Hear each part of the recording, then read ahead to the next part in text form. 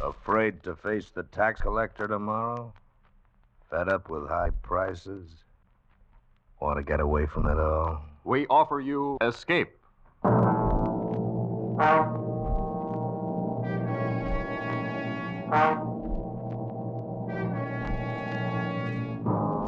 You have shipped aboard a South Sea schooner with a ghost of its dead captain in command. A ghost who shoots guns, resurrects the dead, creates a terror from which you cannot escape.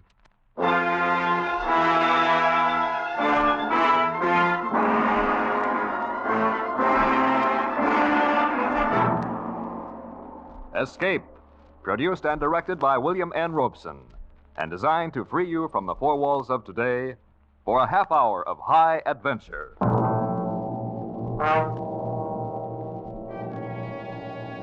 Tonight we escape across the limitless horizons of the South Seas in Alfred Noy's version of a classic legend of blue water, The Log of the Evening Star.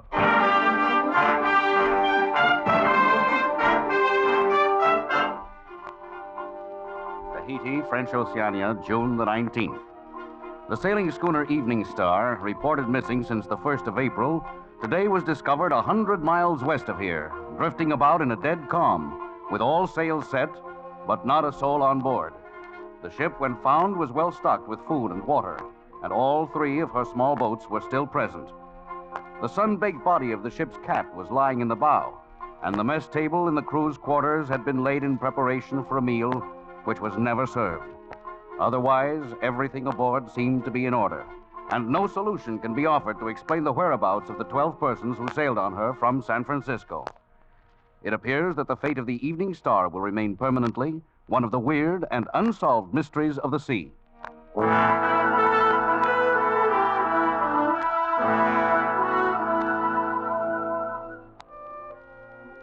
My name is Harper.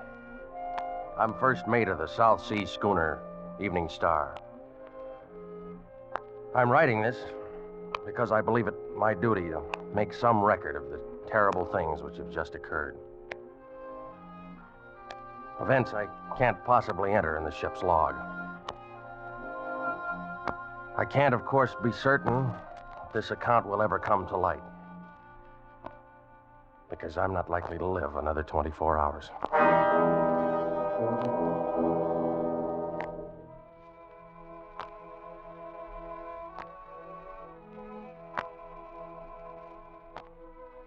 I guess I should have been able to see it 3 weeks ago, on the day we sailed from San Francisco.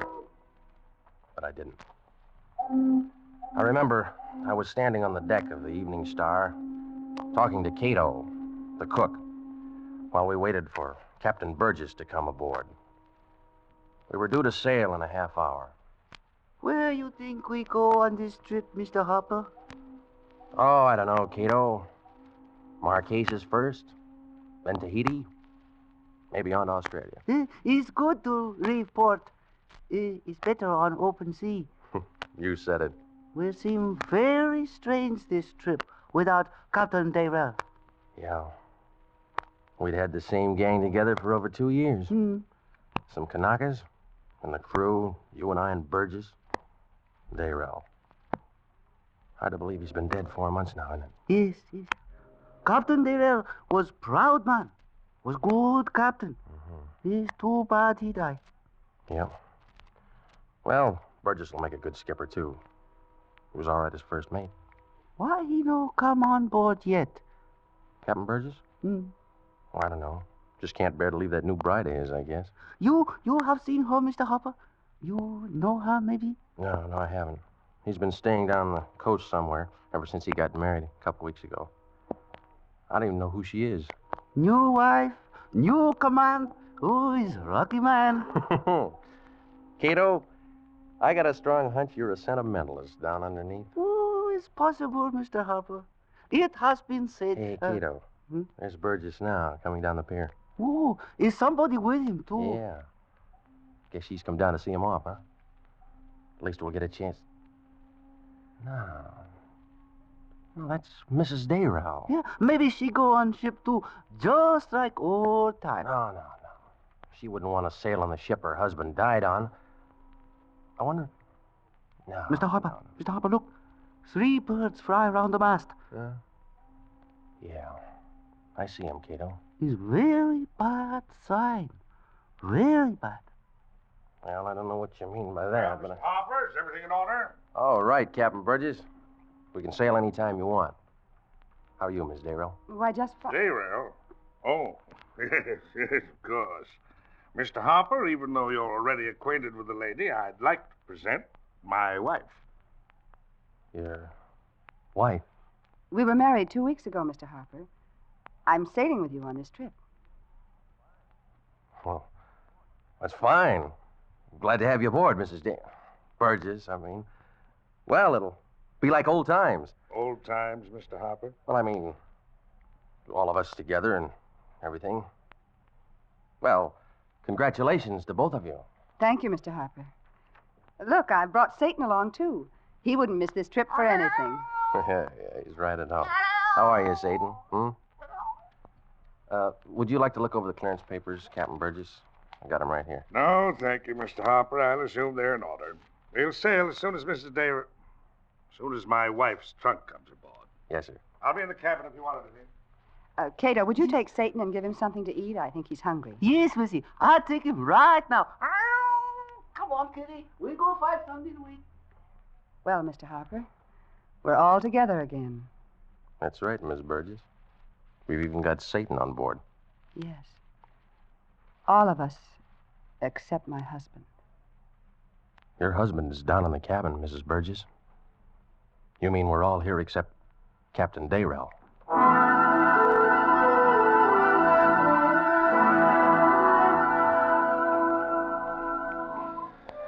Well, once out at sea, things straightened out a little, the way they always do.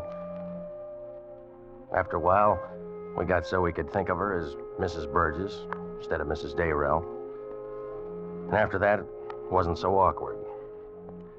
Captain Burgess stayed to himself quite a bit. But all in all, it was a fairly pleasant 3 weeks. Up until yesterday afternoon.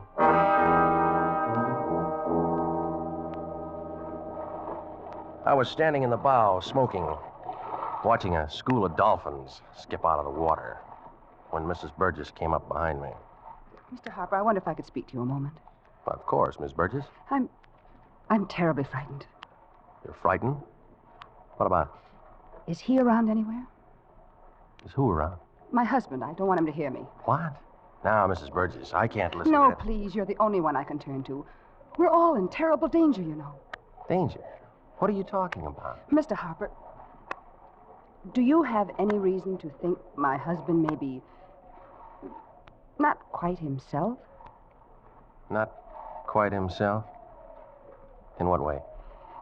Do you think he may be insane? Of course Yes, not. but you don't understand. I understand one thing, Mrs. Burgess. I'd better get back to my duties. I quite agree with you, Mr. Harper. Captain Burgess. I believe you really should stay in the cabin, my dear. It's far too windy for you up here in the bow. Yes. I was just going. I'm going right now. She has a rather delicate throat, Mr. Harper. Catches cold easily. Used to be a singer, you know. Yes, sir, I know. Oh, yes. Yes, of course you do. Well, don't pay too much attention to anything my wife might say, Mr. Harper. She's upset. Just don't pay any attention to her. Something was wrong, all right. No question of that. But I couldn't figure what. I couldn't think of any terrible danger. It seemed more likely it was Mrs. Burgess who was not quite herself. Well, anyway, the whole business didn't make much sense, so I shrugged it off and forgot about it. For a couple of hours.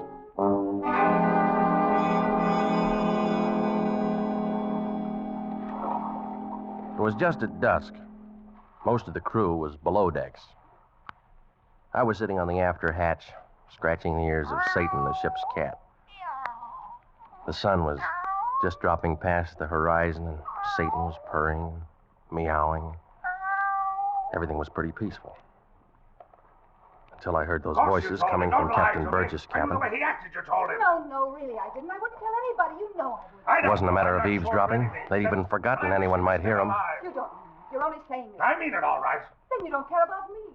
If he were alive, I'd still be with him. You can say that when you know about the thing that's here on board with us? Oh, it's your imagination. I told you that. Imagination, huh? Is that what you told Harper? Is it? No. Don't. Answer me! Let go. Look out, Satan. This is what he wants me to do.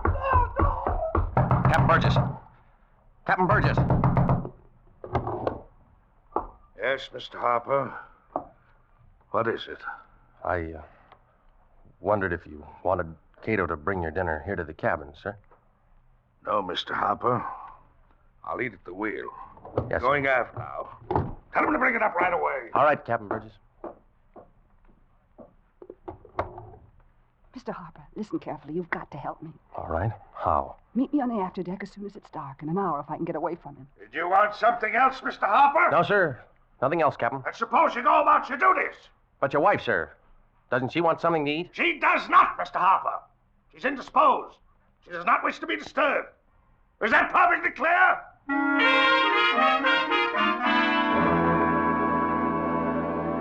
Now I was convinced that there was danger aboard the Evening Star.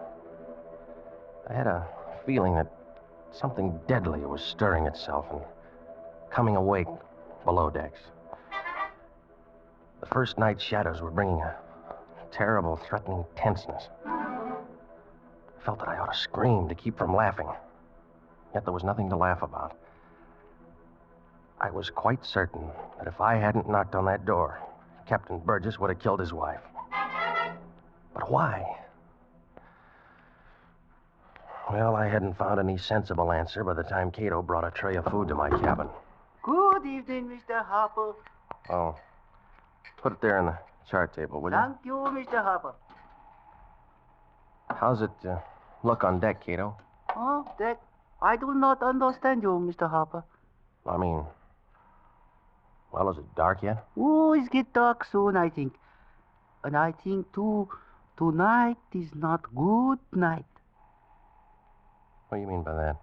Is something bad on board ship, Mr. Harper. I no understand what. I no see it. I no hear it. But inside, I sense it all the time grow bigger. Well, that's your imagination, Cato. Is imagination bother you too, Mr. Harper? This morning, 3 birds fly over ship together. All day I burn much incense. Again, tonight, 3 birds fly over ship together. Well, what about it? Is a sign of death, Mr. Harper. Tonight on this ship, somebody die. You like something else, maybe? No. No, Cato, that's all. Thank you, Mr. Harper. Good night, please. So, I wasn't the only one on board who was feeling something was wrong. I wondered if Cato knew any more of what was back of it than I did.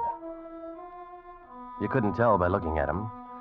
He could be busting with joy or scared half to death. And that face of his would never show either one. Anyway, 10 minutes later, I was out on the dark fantail, watching the moon cast shadows from the rigging. After a while, I heard her calling my name. Mr. Harper. Here I am, Miss Burgess. Oh, thank heaven. Where's the captain? I don't know. He didn't come back to the cabin. All right. Now, suppose you tell me what it's all about and talk fast. I don't know what it's about, Mr. Harper. Not really. I only know that my husband has gone insane. Now, you told me that earlier. What makes you think so? Oh, he tried to kill me. Yes, I know. Why? Because of last night. He came into my cabin and woke me up. He was trembling, white as a sheet. But why? He said he'd just seen Captain Dayrell on deck. Dayrell, but he's... Yes, he died 4 months ago. I told him he imagined it. He keeps talking about it. He says Captain Dayrell has come back to punish us. Punish you? For what? Well, for not waiting longer to get married. Oh, you've got to do something. Well, if I use force, Mrs. Burgess, It's the same as mutiny. Yes, but he's insane. He may do anything. Yes, you're right there. I don't know, but what... Wait. There by the mast. Look. It's Dayrell. No. Oh, no. There wasn't any doubt about it. The moonlight behind him threw his shadow toward us on the deck. And he had on that tall, peaked cap and the white muffler he'd always worn when he was alive. He didn't move, didn't say anything. Just stood there, looking at us. No. Please. Miss Burgess! No. Before I could stop her, Miss Burgess turned and ran for the rail and jumped overboard. One of the Kanaka saw her, grabbed a life preserver, and went in after her. I ran to the longboat hanging in the davits at the port rail. What happened, Mr. Hopper? I don't know. Let's get this boat in the water. Mrs. Burgess is overboard along with one of the boys. Did you see anything on deck? What I see, I don't believe. All right, come on, move. Here, take the oars. Schooner's not got much steerage way, so they shouldn't be far astern. Come on, come on. Hey, somebody's shooting on deck. All right, never mind. Keep rowing, will you? We'll find out about it later. We've got to pick up those two before they go under.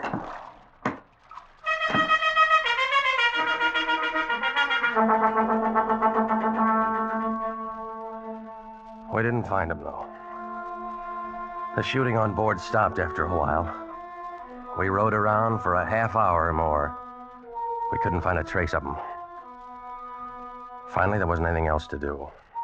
So I told the Kanaka to pull for the schooner.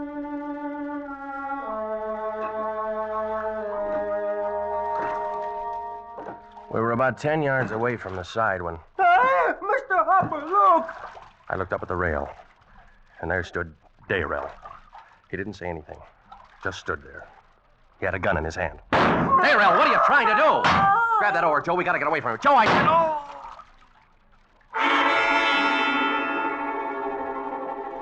We were drifting away from the side of the schooner. I felt a sharp pain in my shoulder where the bullet had hit. But the Kanaka was worse off. Blood was running down over his face from a hole in the center of his forehead. That's when I passed out.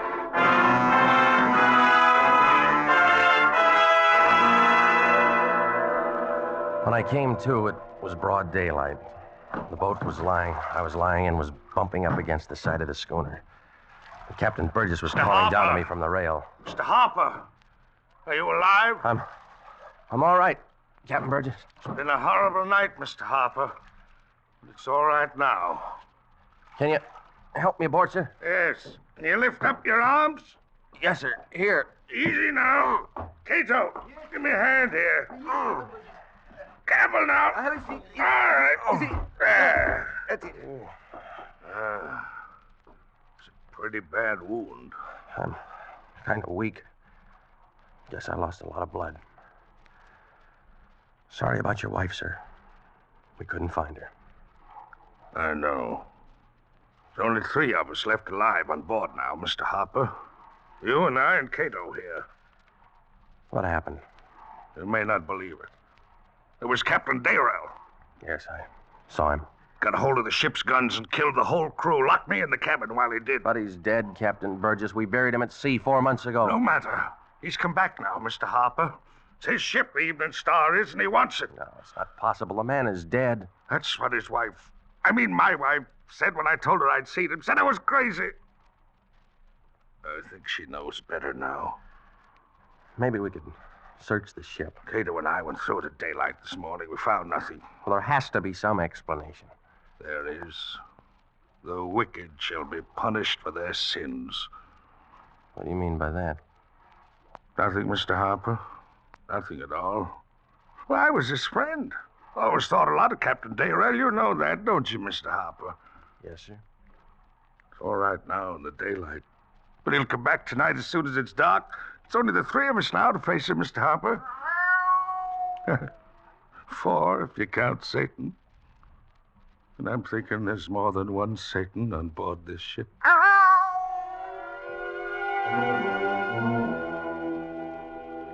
They helped me to the bunk in my cabin and left me there. That was about noon today. I could tell by the look on Captain Burgess' face that, well, it was pretty certain I wasn't going to live. That's why I decided to write this account. Try to set down everything that happened. In a way, this is the real log of the Evening Star. even if it doesn't make much sense. Anyway, right after sundown, Cato brought me in a tray of food.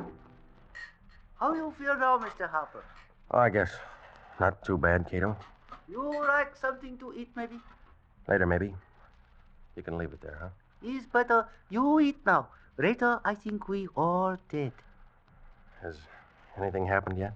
It's not dark yet. When it's dark, then he come. Yeah. Where's Captain Burgess? I no see him. He's hide somewhere, I think.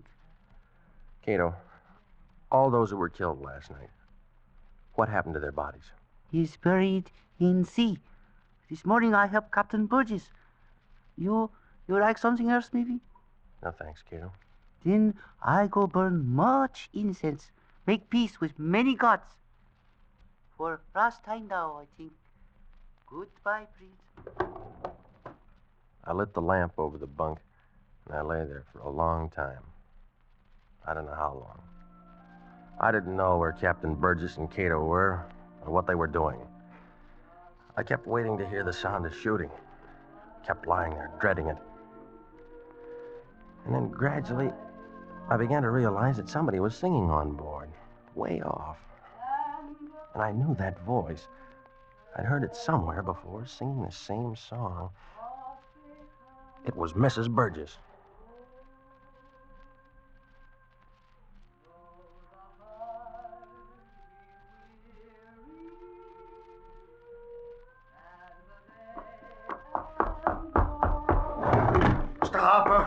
Mr. Harper, do you hear it? I hear it, Captain Burgess. What in the name of heaven's going on? It's her. She's come back, too. She's in there with him now in the cabin. Oh, that's impossible. She drowned last night. She's dead. They're both dead, but they've come back. They're in the cabin now, and she's singing for him. She never sang for me, Mr. Harper, but now she's singing for him. Come, Mr. Harper, you've got to help me. I tell you, they're both in the cabin right now. Yes, sir. I don't know. Oh, you're too weak. I forgot. I'll go alone. I'll stop them somehow. I've got to stop them. I pulled myself up in the bunk and I put my feet on the floor. Weak or not, one way or another, I had to get to that cabin. I managed to stagger outside onto the deck. Captain Burgess had disappeared somewhere, and there was no sign of anything moving there in the moonlight, except Satan the cat, who came up and rubbed against my ankles. The singing had stopped, and the ship was quiet. I made my way forward, and finally was looking through the skylight, down into the captain's cabin. One lamp was lit. Its light fell on the hunched figure that strode about the cabin, cap pulled down low, hands sunk in his pockets, all the old familiar gestures. It was Captain Dayrell, and he was alone.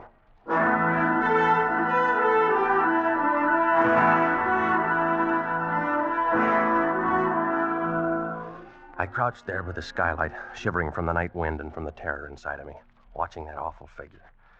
After a while, it walked over and stood beside the phonograph. And then I realized where that voice had come from. Dayrell had always been crazy about his wife singing, and he'd made a lot of records of her voice. He was playing one of them now.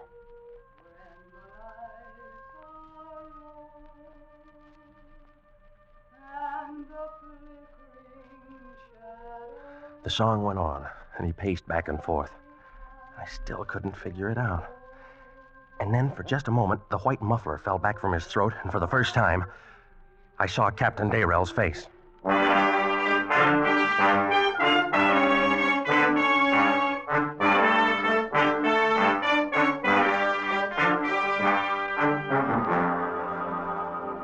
I'm not sure how I managed to stumble back here to my cabin. I'm writing this now just as rapidly as I can. I may be interrupted at any minute. If that happens, I'll try to slip it behind the map here on the cabin wall in the hopes that it may be... I can hear him coming now. Whoever may read this, please try to get word to my family in San Francisco.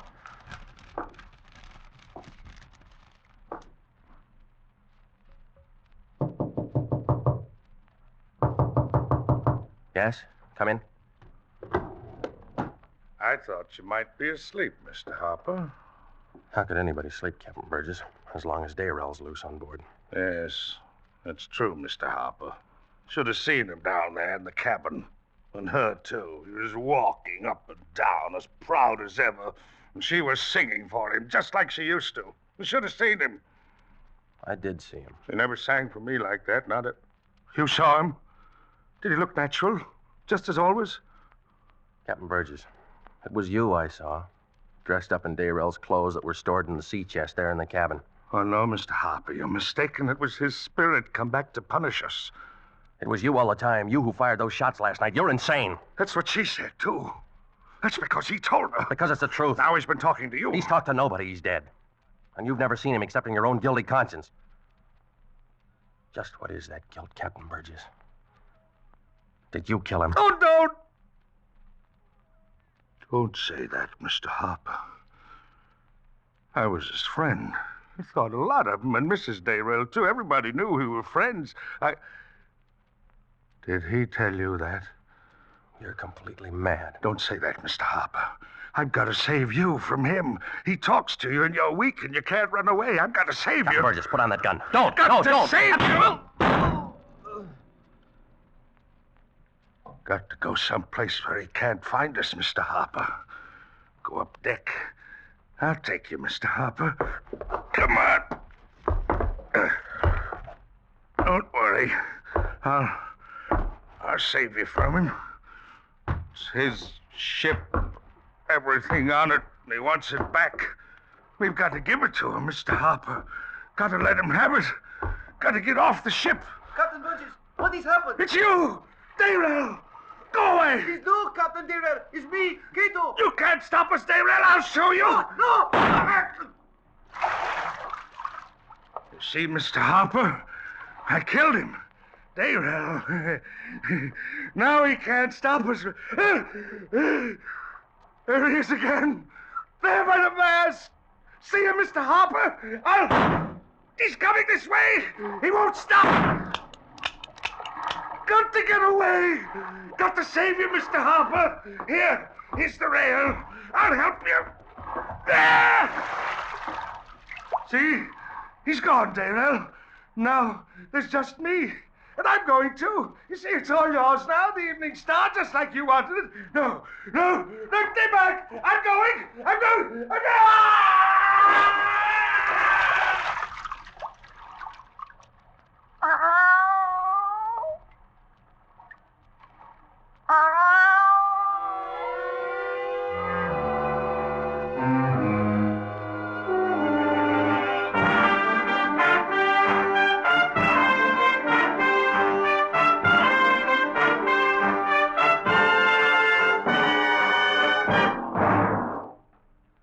Escape is produced and directed by William N. Robeson, and tonight brought you The Log of the Evening Star by Alfred Noyes. Adapted for radio by Les Crutchfield, with Jack Webb as Harper, Alan Reed as Captain Burgess, Gail Page as Mrs. Burgess, Louis Van Rooten as Cato and the Cat, and Pinto Colvig as the Conica. Music is conceived and conducted by Wilbur Hatch. Next week... When you're tired out from doing nothing all weekend, when Blue Monday stares you in the face, next week at this time when your problems seem just too much for you, we offer you Escape.